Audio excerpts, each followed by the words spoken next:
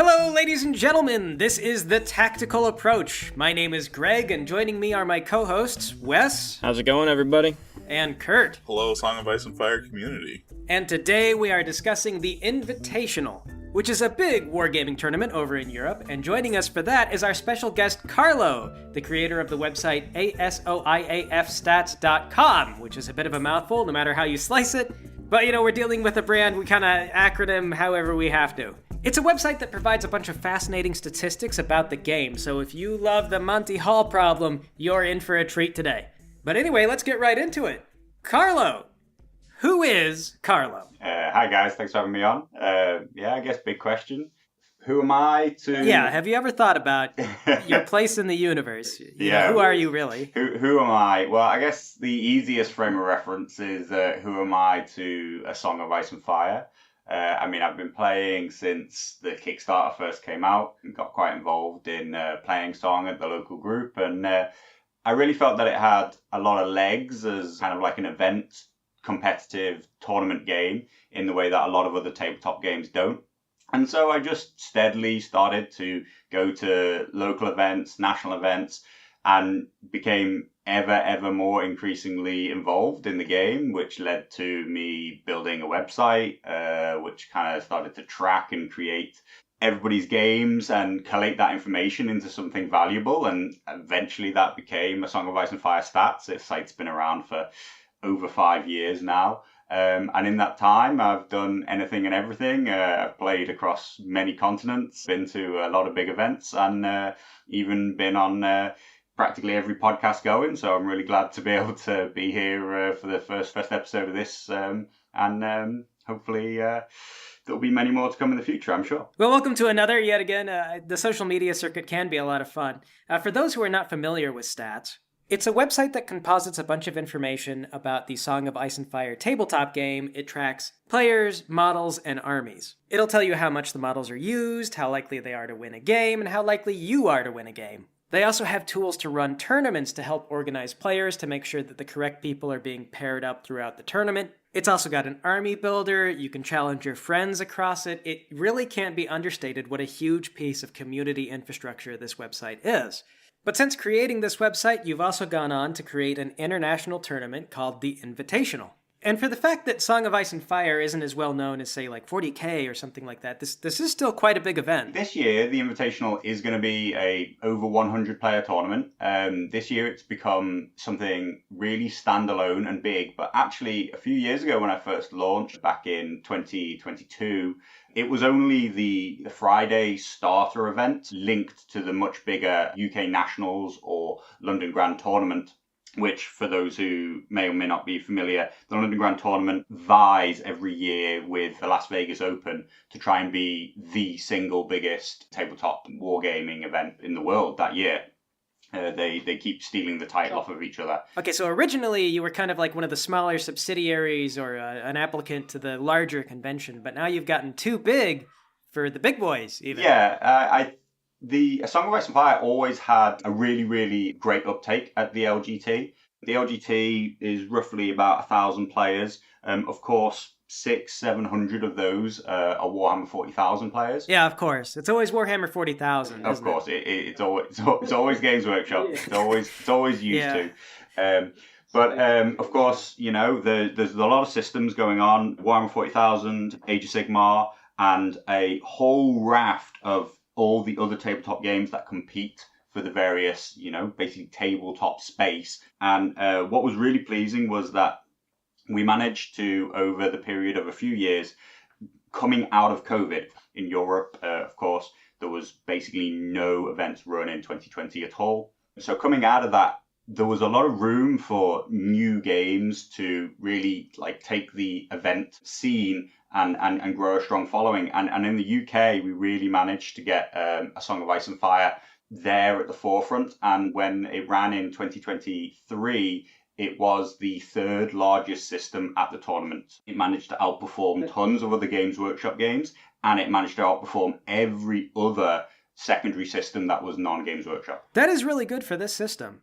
And your website, it actually provides support for tournaments, not just for the people that are there, but one of the things that I really like about it is that you can go online and you can look for any tournament being run basically anywhere.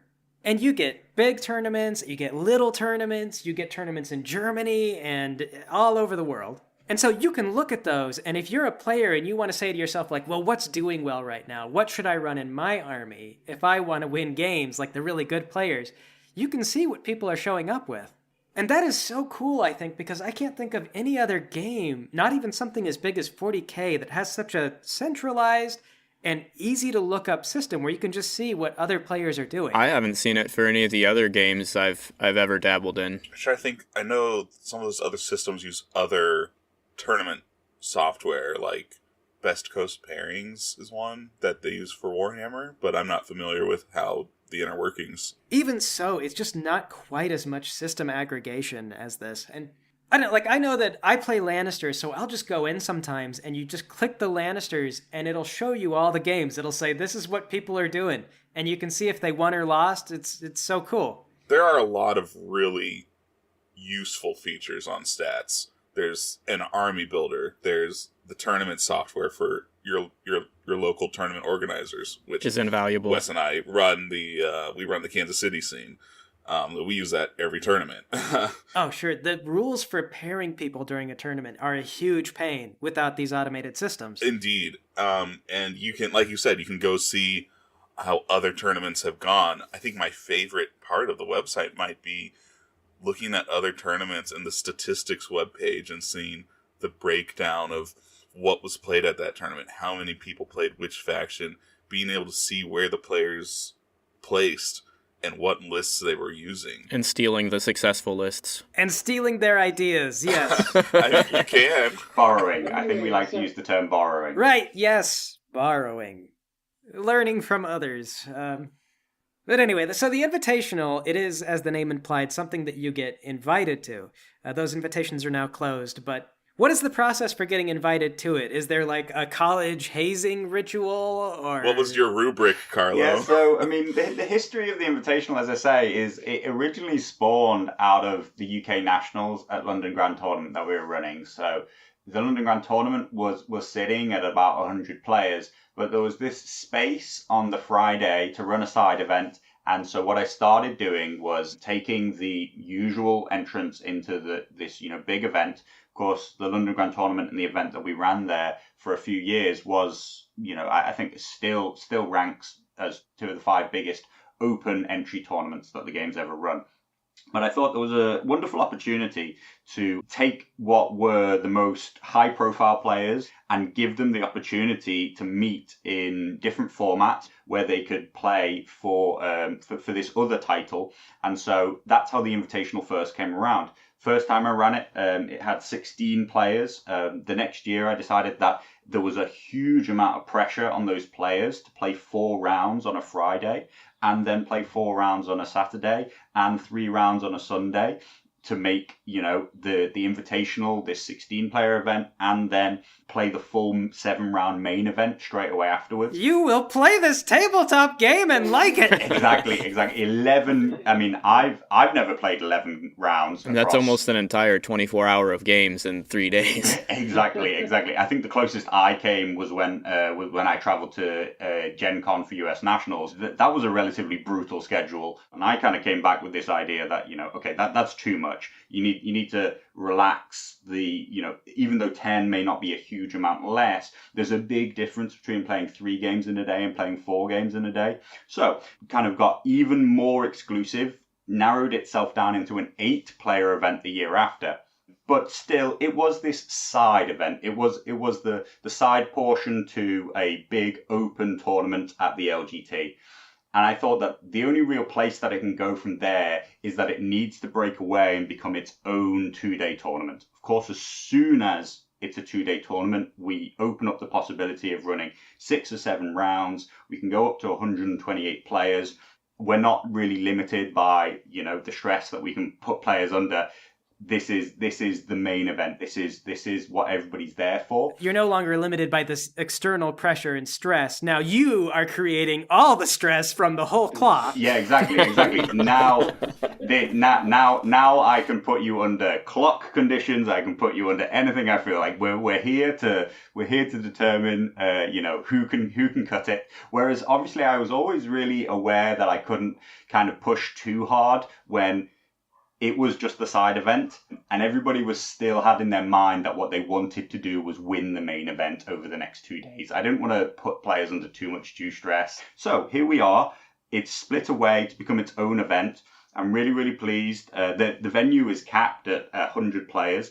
That's the goal that I set for myself, to bring in about 100 players, but this isn't just another 100-player tournament. This is 100 players from around the globe who are all the best from their countries. There are national champions coming out of everywhere, coming from North America, players coming from Asia, and of course the majority of players traveling within Europe. But even within Europe, there is a huge range of countries competing. I believe at the moment we've got 18 different nationalities represented. There are 16 national champions. So it's a true collection of the best players in the world.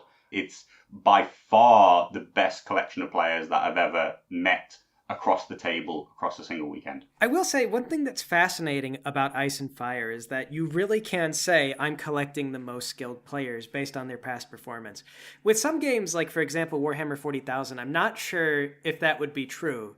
Like I know back in 5th edition, for example, it would be the case that you'd go to tournaments and a guy would set down a bunch of like long-range Basilisk artillery, and on round 1 he would just blow your army off the table, and then you shake hands and you say, "Good game, I killed you." That is, if you showed up with the wrong meta, no amount of player skill could overcome that. Whereas with Ice and Fire, if you take a brand new player and a really skilled veteran at the game, even if the veteran is using worse units, he will typically beat the less experienced player. So it's not a test of can you afford the most busted units. There's an actual meritocracy here. And so on that note, are the invitations purely meritocratic?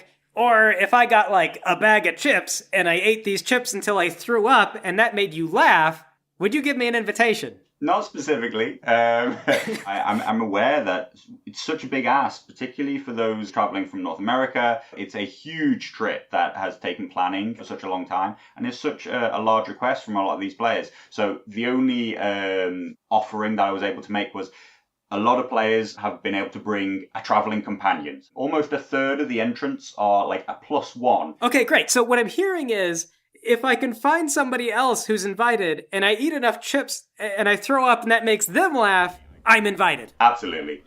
So there's hope for me, is what you're saying. A few of us other stragglers. Okay, so if you do get to go, how many events can we look forward to? I'm told that there's a team event. Yeah, just as in the past, the Invitational started out as this Friday attach-on to this UK Nationals main event. I decided that Friday events are a really great opportunity to allow newer formats or different formats to be trialed before they themselves become full-day main 2-day tournaments. So this year, the Friday event that's attached to the Invitational tournament is a Team World Cup.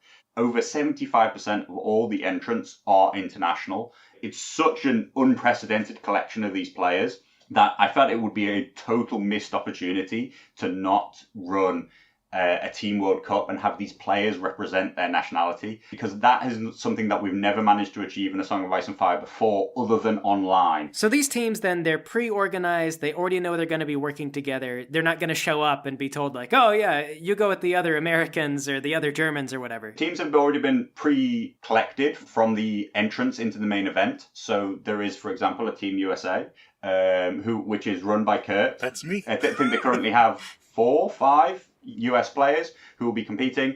Team rules are that there will be 4 players playing in any given round. There are additional list building requirements. No replication of factions, no replication of characters across these lists. So this sounds like a doubles tournament. You'll have members of the team on one side facing off against the other country's side. No. 4 people per team, so 8 players are playing, but they're playing across 4 different tables. It's 4 individual one-on-one matchups. And so we'll take the aggregate results from that and compare it to how our opposition performed. So a given team will be looking to win all 4 of those individual matchups, but of course they still win the pairing if they manage to win 3 of them but lose 1. Okay, got it. So as an American rooting for the American team, have you considered instituting a handicap for jet lag? No. There is. No. As I say, I I take the opportunity to put these players under as much stress as I feel necessary, and unfortunately, jet lag is just one of those things players are going to have to deal with. It's such a big trip. I hope that a lot of players coming from North America will be able to spend a few extra days either side of the event enjoying our beautiful March weather over here in the northwest of England. But I know that you guys don't really do personal leave from work, so that's not really something you guys get the opportunity to do. Well, you'll have to speak for yourself there, and we'll do like a whole deep dive into Team USA. Next episode, but I know, at least for myself, I'm going to take a whole week after the tournament. Yep, I have a day before, and I think about a week and a half afterwards. I said, screw it, I'm gonna take my time now. Yeah, if I'm going to make the trip, I'm going to make it worthwhile. I'm going to get all that overcast weather I can get. I mean, you guys don't even have to stay in the UK. I don't know if you've heard about it, but they've got this thing in Europe called a train. No, never. You just get on it and it drives you somewhere where the weather isn't bad. I am really excited to take advantage of the trains and public transport in England and not have to actively be a driver. How about that walking though, Kurt? Good for the heart. Good for the heart and legs, man. The Invitational, saving American lives through karting. I mean, my experience of being in the US and using your public transport, was wildly eye-opening. I think I was possibly the only non-homeless person on the bus. Sir, are you lost? Oh, man, we got like one little trolley that goes up and down one of the main roads in Kansas City, and it is such a happy little thing for us. But I once had a guy from Germany come out, and I was explaining to him, I was like, yeah, we got these trolleys, and they go up and down this street. And he was like, this is the saddest thing I've ever seen anyone get excited about as far as public transit. But anyway, though, so these are the best guys that you could get. But that said, have you ever had an issue with attitudes or anything? Or has anyone ever had to be adjusted or asked to leave? I've run... I've run a number of events, and it's not without issues. I would say that the song community is really brilliant. It is low on the end of things by comparison to some tabletop games. I think the reality is that the bigger the game gets and the bigger your national community is, and it can start to attract, certain types of players who, are willing to bend the rules to get that win. Well, it is the case that these kinds of games are going to bring a competitive mindset. Like, you really don't get into war games unless you have a competitive personality. Yeah, and it's such a hard line to kind of keep a check of. There are grey areas of where is cheating and where is gamesmanship and where is just a competitive advantage and where is breaking the rules. I think that Song is a brilliant game as far as tabletop games for events goes, and it's the only reason why I ever got so committed into A Song of Ice and Fire and started running tournaments for it. But I think that it brings in so many elements of board gaming. There are so many things which are so black and white, cut and dry. The only thing that really is left is the minutiae of positioning and units being knocked or nudged or moved. That's the only real grey area that remains. But the fact that it doesn't use, what's termed in tabletop gaming as true line of sight, that nobody has to get down to the table and look and agree whether or not two units can see each other, that it uses like a flat from above 2D map effectively, really, really cuts down the grey areas, really cuts down any arguments, and I think that the game plays very neatly and very well at events. The time that it takes to play a game is really solid. I would say that if you've never had problems, it's not that your community doesn't have them, it's that your community just hasn't reached the size yet that it's kind of ever attracted those players. It's always going to be, how do you deal with them when they come up? And there have been times in the past where, culture classes, also a bit of language. Don't forget, over in Europe, we may be able to take a train to the next country and it only may take a couple of hours, but that could be entirely new languages. There are a lot of language barriers that can sometimes happen at these events, and it can really, be difficult to navigate. But so far, in the past, we've always done incredibly well. But I have some experience and some kind of problems have come up. I hope that being such an invite-based tournament, that what's great about the song community, particularly here in Europe, is all these players travel to and play each other at a relatively regular kind of pace. They would expect to see each other next year at a given national tournament. They travel to be at each other's events regularly. So players know that they will have to meet each other again. This isn't a completely anonymous person who, if you can cheat them, why not get away with it? You will have to look this person in the eye in the future and know that they know that you're a cheater, and they might refuse to let you play. They might refuse to play against you. They might not let you enter your events. And with an event this size, since it's the Invitation's seeing this expansion, there can be a whole host of issues, player base aside, logistical. I know you mentioned you'd had the aid and assistance of Chris Eustace in the past. Is he still involved? Yeah, Chris is still involved. He's taking a bigger and bigger backseat, which is also one of the reasons that I'm sort of departing from the game, as it were. But yeah, I mean, Chris will be involved. He, as I say, is an absolute rock in terms of the administration, making sure that everybody's registered and that we have stuff to give out. All these things, great sounding board to kind of bounce off of, and it couldn't happen without him, and it continues to not happen unless he's there. Right, but no pressure on him. A little update for our audience. Over in North America, we're looking at having to run our own national tournament through a grassroots player-organized movement. CMON has withdrawn from running organized play events, and so this will be the first time where we're going to try to, in a sense, imitate what Carlo's doing with the Invitational, and we have to organize our own nationals. One big hurdle that we're facing right now is just how do you get the allocation for all the play mats that you're going to need for a size of an event of this size? I mean, if you're asking me directly, one of the reasons why we initially used the London Grand Tournament was that they provide the tables, they provide the play mats, they provide the space, they book the venue, they take all of the financial risk, but of course they sell all of the tickets. So there never was any financial kind of goal, gain, or benefit for me to run the LGT. Luckily, this time around, Element Games up in Manchester, which is where I'm running the Invitational, they again provide all the playmats. Element Games are an incredibly good gaming center. One of the best things about A Song of Ice and Fire as an event game is that it's incredibly low maintenance, low requirement on the TO. No requirement for 3D terrain. All that's required are these, generally speaking, 4x4 playmats. And in the UK, it's very common for the venues to be able to provide them, because obviously we have such a deep and rich tabletop kind of scene here.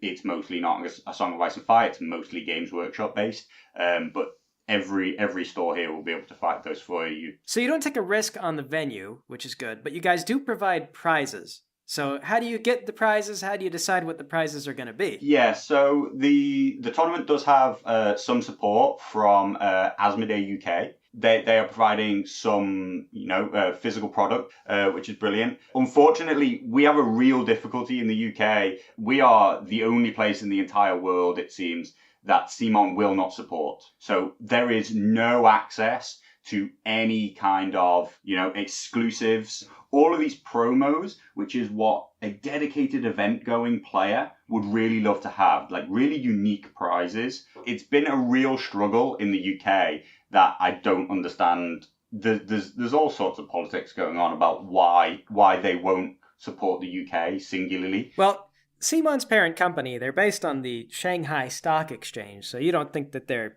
maybe still angry at you about the British things? Do you? I would I mean, say I'm not I just saying personally, there's I personally evidence bank of with this. HSBC, the Hong Kong Shanghai Banking Company, and HSBC is wildly successful in the UK. So I think if a banking company can get over it, I think maybe a tabletop games industry could probably get over our, sordid history. I'm not saying the British Empire's never It's made a probably mistake. not. I mean, I'm not saying that's the reason, but they've never said it's not the reason. So anyway, so there is this support from Asmodee, and that's been brilliant. But what I've personally focused on is being able to provide as many individual and unique prizes to the event. So the event has these wooden gladius swords, which have always been the prizes that we've given for the Invitational. They're embossed every year, and ever since the first London Grand tournaments that we ran, myself and Chris made it a really, really important aspect to kind of champion and to give prizes for the winner, but also for painting and also for sportsmanship as three equal pillars that we try to rest the events upon. We also tried to champion, and a large part, we didn't really discuss loads about it, but the large part of what A Song of Ice and Fire Stats tries to do is it tries to champion players who are playing the less good factions, the less good lists, the less good commanders in the game. So another thing that we brought forward many years ago and has now become an absolute norm at all tournaments, but I really want to be able to say that we are the people who championed it and brought it to the community, is giving prizes to the best finisher within every single faction. So even if you're playing the worst faction in the game and you are very unlikely to win the event no matter how well you play, you're still there competing to be the best player of your faction specifically, even when you've taken a loss. A little context for people that are unfamiliar with the rating system used in the Song of Ice Fire community. There's a rating system for players similar to chess, but there's additionally a rating system for the units and commanders in the game. And so when you are matched up with an opponent, it sort of melds both your rating and the rating of the stuff that you're using to determine what gains you'll make or what losses you'll suffer, depending on the outcome of your game. So what I'm hearing is you won't give a handicap for jet lag, but you will give a handicap for playing with Ramsay Bolton. Absolutely, yeah. I think what's really important is that every player feels like they're competing for something, and they're there competing to still try and be the highest Ramsay Bolton finisher too. Because chances are everybody who brought Ramsay Boltons is also on 4 losses from the first day. You can still get voted best look for shoes made of people. But okay, anyway, we've talked about how stats is really integral to the community and has been a really big benefit. It's a huge deal. But you had posted word that you were going to wind down the website in March.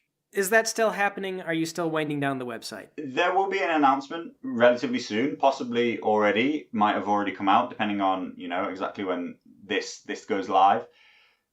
There are going to be some changes. My involvement is going to be massively wound down. It's been, a 5-year journey for me, more. It's about 5.5 years now. And it's, as I said at the start, I became slowly, heavily involved in the game, more and more and more as the years went on. And it became too much of me being pulled in every direction as the site's creator, its developer, tournament organizer, community kind of personality, as it were, YouTube creator. And really it became too over-consuming, and I needed to take a big step back. The site will continue in some form after March. And I think in the short term, the users of the site should expect to see no change. And in the medium to long term, I think they will see what the site provides and the community aspects around that, and even the features that it has will be a better and improved offering. Because for a long time, I haven't been able to give it the time that I've wanted to give. And there will be some new custodians. I will still be loosely involved. But there will be some changes, but I won't actually be really the custodian and the steward of those changes very soon. Well, hearing we're still going to have the site and that there's going to be positive changes going forward, that's really uplifting. Because I'll say, with the site, when I introduce new players to the game, it's good on a lot of levels. For one thing, it shows that there is community passion for the game and that new people are free to get invested in this because there's other people who care about it. And then for two, what's really great for new players is they can go and look at this site and, see what people are using in tournaments and what's going well. Because when they first get into it, they don't know what's good or what's bad, and they might be losing a game. It's hard to tell, like, was that something they did wrong, or are their units really badly underperforming? It serves as a great buyer's guide so that you don't wind up going out and getting a shiny new thing that you thought looked good, and then you get it to the table and you're just annihilated. You can look at this and you can say, like, okay, well, this unit is performing like an absolute mess. This isn't entirely my fault. I think just to pick up on something there, that last thing, that sentiment is actually what the site really tries to get across and tries to be useful for, and what I always wanted it to be, perceived as. It's been perceived by a lot of people in a lot of different ways over the years. Some of them, I kind of disagree with, but this idea that it helps you come to terms with something not doing as well as you hope, or you personally not doing as well as you hope, is where I personally really want it to be used for, and what I always saw its power to be. The only problem that's existed is when people use that as a stick to beat each other with, and as the thing that I've always been very tried to fight back against, is when players kind of tell other players that they shouldn't play a faction because it's low rated, or they shouldn't use a unit because it's low rated. If anything, the things that are low rated are the challenge that is thrown out there. They're the gauntlet that's thrown out there to the community to show how good a player you are. Go and take the worst thing in the game and still win with it. That's what proves that you're really, really good as a player. And without getting super complicated into the mathematics, you are rewarded for doing so. The site is unique and individual. There is no other site out there that, takes player win rates and makes rankings, etc. None of them try to reward you for playing the worst things in the game. Nearly all other algorithms just care about whether you won or lost. They don't care about how you did it and what you used to achieve that win or loss. And that's what's really unique and powerful, and is what the pure concept that the site is built upon. Well, you know what? I've been using the system in a slightly different way. Rather than using units that are worse, what I've been doing is I've been using the system to figure out a handicap for myself. So if I see that I'm favored to win a game by 30%, I'll reduce my points allotted by 30%, and then I'll play with my friends anyway. And I found that actually works really well for keeping people in the game, because if you've got a smaller game group, then sooner or later everybody kind of figures out the pecking order. Mike doesn't want to play Dave because Dave always wins. But if you take away 30% of Dave's points, now other people can possibly win games and they'll show up, they'll have more fun. I do, again, have to reiterate that the group I've been testing this with is small, but it does feel like that kind of handicap is working, like it's making the games more fair. And the guys who are in it for maybe the social aspect, they're not quite as good at the game, are having more fun, they're sticking around for longer. Now, though I do find that the system is usable, I also kind of find it a little bit opaque. And that said, most people don't really know what an LO system is. It's just like a number that you'll see. You'll see stuff like it in video games, but all you really know is that I've got 1,000 or 1,500 or whatever, and bigger is usually good. Bigger number good, yeah. Yeah, but so in chess, it just takes your win rates. Can you explain how the stat system works? And maybe also explain how the chess system works. Yeah, so that's such a multifaceted question. It really depends. Can you explain statistics to me? I recognize that this is not a simple question, and I've been told that you have a PhD in statistics. Within reason, I actually have a PhD in laser physics, but a lot of my work is in statistical analysis of processes. And people use this word that I have a PhD in statistics, but I don't actually. I have a PhD in physics, and I currently work in statistics as my job. So, just to be clear. But so yeah, it really depends at what level we're approaching the question. Now, I am well aware that the site remains very opaque. This is partly because I've never really wanted to sit down and draw out all the equations and plots that kind of like result in how these calculations go by. Partly because I'm very protective of the system that I created, but also partly because I'm just not interested in it. I mean, I'll actually kind of defend you on this one because statistics, it's like the black wizardry of math. I mean, one of the most famous examples for statistics is the Monty Hall problem. And the way it works is you take 3 doors and somebody's put a goat behind one of the doors and they say, which door do you think has the goat? And so you go to one of the doors and they say, oh, yeah, all right, do you want to like switch the door? And then you're like, I guess. And then they open the door and that's where the goat is. And statistics made that happen. It is sorcery. And if you ask the math wizards how it happened, the answer will change depending on the question. Yeah. I mean, the answer I always give players, like at least to begin with, is, like, first of all, you need to go away and try and understand ELO.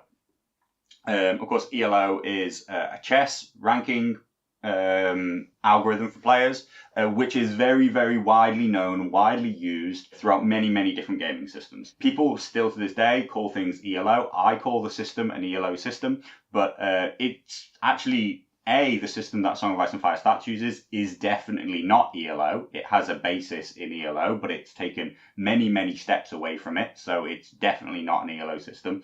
Also, all the ELO systems that people are very well aware of in matchmaking ranking algorithms, any given competitive game that you know of probably has an ELO system. It actually doesn't use ELO either. It uses, newer kind of algorithms that are based on them. Glyco 2, for example, being a whole another subset of what ELO looks to achieve. And then there are actually all these algorithms that Microsoft created called like TrueScale, which is, of course, it becomes way more complicated when you're trying to pair up a team of players and you're trying to match them all with some level of ELO matching. Think about games like CSGO or, League of Legends or any of these games, right? You're throwing multiple players together and you're all trying to determine what the outcome will be. So let me give you the real, 101 whistle-stop tour of what ELO tried to achieve, because if you don't understand that, you can't understand anything that kind of derives from it.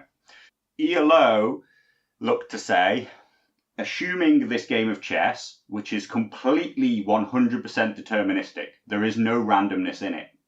If 2 players sit down, can we find a single number which represents how good they are at the game?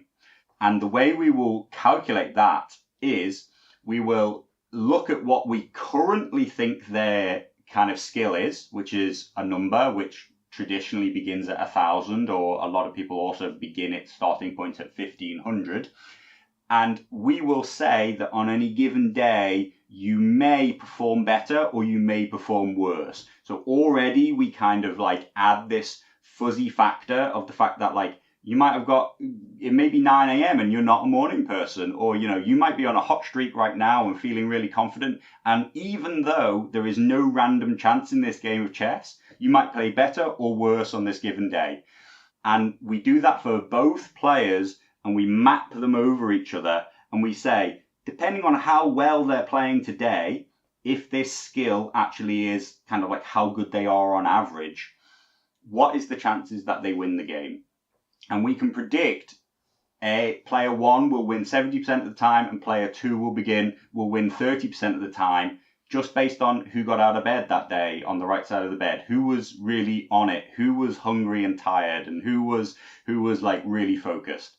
And that's a game which is 100% deterministic. There is no random chance there. So you take that prediction of what the outcome will be, and then you find out who does actually win. Based on who actually wins, we update our understanding of how good those players are. The player who won, obviously, is probably better than we previously predicted them to be, and the player who lost is will go down in ranking. They're a little bit worse than we predicted them to be. But there are loads of moving parts of like, how much does their ranking move with each result? How much is each piece of information worth as a data point? And that's where things start to get really complicated. But the pure basics of it is, let's predict the outcome find out what the real outcome was, and then update our predictions for next time. And it's just the cycle that we go on for 1,000,000 times over based on every possible game that's played. And the more games that you put in, the stronger the predictive element of how the outcome of a game will be. So one thing that gets me, though, is that when you're looking at units, it'll say a certain unit is maybe plus 100. So for example, if you're taking Tywin as an NCU, that's plus 100 to your army list. But it doesn't tell you you have a plus 5% chance to win if you take him or whatever. As you play the game, you start to get more of a feel for everything. And so when you see like a plus 100 on stats, you know what plus 100 feels like because you've experienced it before. But starting off, you're really not presented with a clear idea of what plus 100 is meant to mean. Okay, so the complicated thing is that so say we're both identically good as each other. We're both 1,500 rated players. If I take a list, it's easier to talk about the list as a whole rather than an individual piece, but a list is just a accumulation of loads of pieces. If I take a list which is plus 100 rated, i.e. the system thinks that it improves me as a player. It makes me better effectively if I'm running this powerful list. I play like a better player because I've got a bonus. Like I'm coming to the game already with an upper hand. I have a handicap.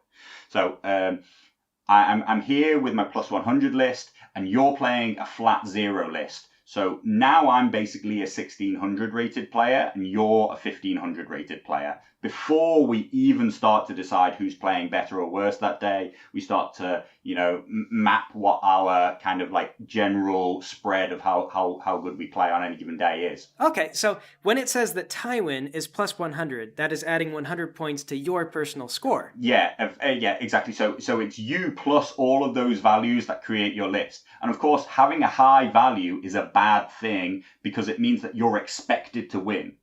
The higher your value is, the more you have to win to maintain your value, and the less bonus you get for winning. Whereas if you play with a low rating and you have a bad rated list, then the expectation is that you will already lose, and therefore when you win, the system thinks that that's a really big upset and that it should change its values by a lot.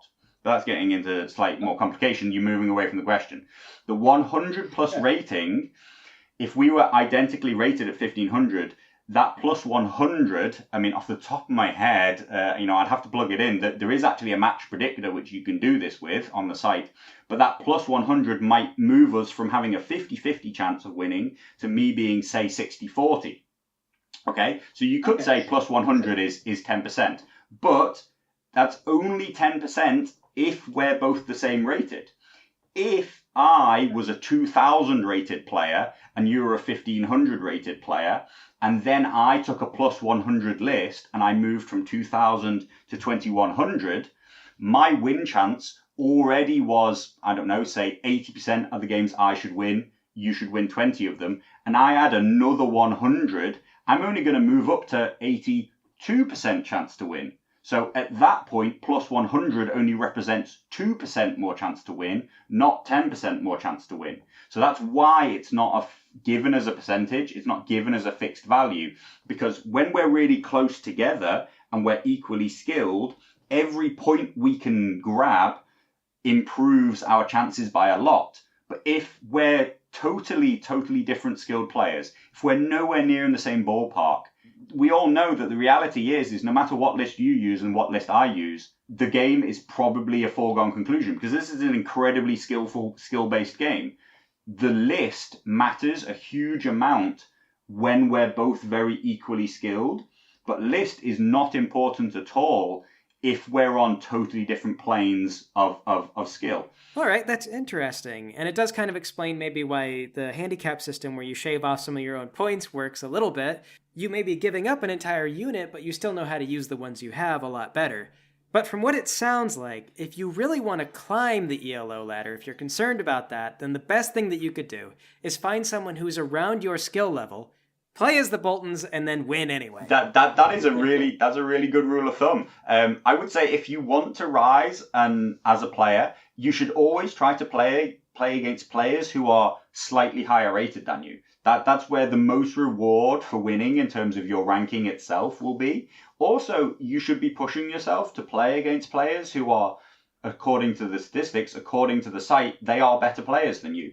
And therefore, it should be a challenge. You should be challenging yourself. You should be pushing yourself. One of the things that the site and ELO does really well, as its pure basic concept, forget any kind of further things that the site does, is it is very important that it does not reward you finding bad players, finding new players, and just curb stomping them, right? Like, that is not a thing that anybody wants to reward and wants to champion and wants to be part of the tabletop gaming community.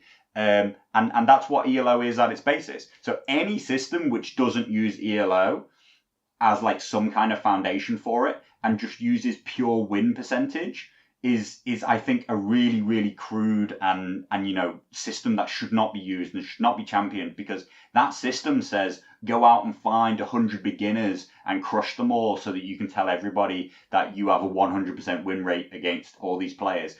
What matters at its core is, are you playing other top players or players who are similar to you? Are you playing players who are like similar quality to yourself? And can you win against similar quality? And when you're winning against similar quality, you'll move up in the rankings and you need to find new players who are of similar quality and move up. I understand that physical limitations, gaming groups, all those things, you might have to shuffle things around and kind of create handicaps to keep the games interesting. But the system at its core wants players to find players at their own level to challenge themselves. And that's what events are all about, really. So on that note of communities and all that stuff, what is next for Carlo? Are you planning on sailing away and joining a new fandom, a new community, and starting afresh with a brand new stat? I would say the answer is not no, never, but not in the short term. I'm not trying to sail away from A Song of Ice and Fire to move to a new game. That's not the plan. I think that what's interesting actually is, as I made the announcement and as the Invitational is coming up, I've actually been working on the site a lot because there are some new features that I, as the tournament organizer, kind of wanted for the Invitational. So I've actually been working very busily over the past couple of months on the site again. And that's freed up by the fact that I'm not constantly trying to think about like this maintenance of the site. So, I already have this space in my mind to build new tools. I'm much more of like an ideas guy, and I think of cool things that I want to make, and I want to have the time again to go away and make cool things that I have a cool idea for. Well, I think that's a healthy way to approach these kind of hobbies. I mean, you see guys sometimes, you'll play a game like 40K, and then the new edition comes out, they ruin your army, but people will be like, well, I'm already invested, I can't leave. So being able to leave and finding happiness playing other hobbies and other games, it's important. If any old friends or acquaintances ever really want to get a game of Song of Ice and Fire in with you in the future, is it a never say never type of situation? I mean, I actually, I'm not done with the game. I'm not like burning my bridges, but the reality is that I actually haven't played a game of Song in about a year and a half. I actually played one game just over a year ago, but that was like a one-off. So since UK Nationals in 2023, I haven't played the game. That was a natural bit of burnout in the short term, that I had like put loads of preparation into playing in UK Nationals and had a really, busy and compact and dedicated like tournament schedule where I went to like every GT that year, and I was playing different factions at every GT, and I had to learn 4 different factions and try and be good with them all at the same time. And I was playing so much and so dedicated to the game, and doing podcasts every week and doing extra XXXX and running the website, that it just naturally came to a head that I needed some time away. But the actual reality is that all my regular opponents are the people who don't want to play anymore. They're the ones who don't want to play the game and aren't interested. I'm not playing the game. I just don't have a community for it anymore. And after so many years of fighting so hard to build a community, both locally and internationally and nationally, I don't want to have to be the person always convincing other people to play the game anymore. I've done that for as long as I can, basically. Well, it is good to be able to say goodbye when you've got to say goodbye, especially when you know you can come back anytime. And on that note, it's time for us to say goodbye to this episode of our show. If you liked what you heard, you can follow us on YouTube, or you can use an RSS feeder to follow our podcast on a place of your choosing. Kurt, what's coming up next for us? Next episode, we'll be taking a deep dive into Team USA heading to the Invitational to represent the good old red, white, and blue. Wonderful! USA, USA, USA, USA! How do we win it for America? Running Ramsey, I think? Flawless! Well, this has been Tactical Approach, and it is now time for us to tactically retreat. Thanks for joining us, everyone. Catch us when we approach you again. And that's a wrap. Bye.